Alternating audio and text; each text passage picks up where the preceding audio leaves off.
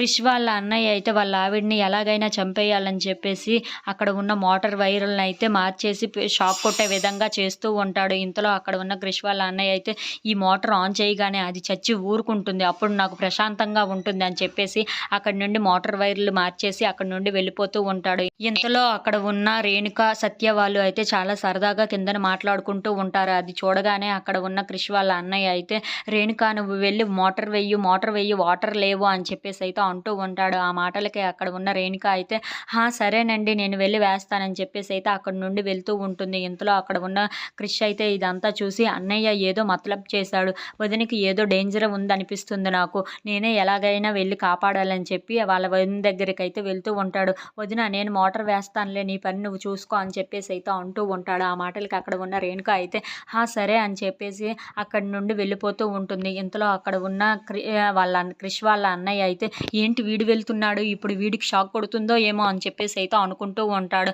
ఇంతలో అక్కడ ఉన్న క్రిష్ అయితే ఆ మోటార్ స్విచ్ ఆన్ చేస్తూ ఉండగా అక్కడ ఉన్న క్రిష్కి అయితే షాక్ కొడుతూ ఉంటుంది. అది చూసిన రేణుక అయితే క్రిష్ ఏం జరిగింది అని చెప్పేసి అయితే అడుగుతూ ఉంటుంది. ఆ మాటలు వినగానే అక్కడ ఉన్న సత్య అయితే గబుక్కున పరిగెట్టుకుంటూ వచ్చి క్రిష్ నీకేం జరిగింది అని చెప్పేసి అయితే అది చూస్తూ ఉండగా అక్కడ ఉన్న కరెంట్ షాక్ తగలడంతో అక్కడ ఉన్న సత్య అయితే ఒక కర్రను తీసుకొని క్రిష్ని చాలా గట్టిగా కొడుతూ ఉంటుంది. ఇంతలో అక్కడ ఉన్న క్రిష్ అయితే కింద పడిపోయి స్పృహ కోల్పోయి ఉంటాడు. అది చూడగానే అక్కడ ఉన్న సత్య అయితే లెగ్ క్రిష్ అని చెప్పేసి అయితే లేపుతూ ఉంటుంది.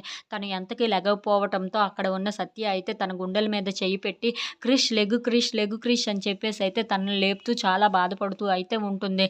ఇంతలో అక్కడ ఉన్న క్రిష్ వాళ్ళ అన్నయ్య అయితే ఏంటి వీడికి ఇలా జరిగిందని చెప్పేసి అయితే చాలా భయపడిపోతూ ఉంటాడు. If you like this video please like, share and subscribe.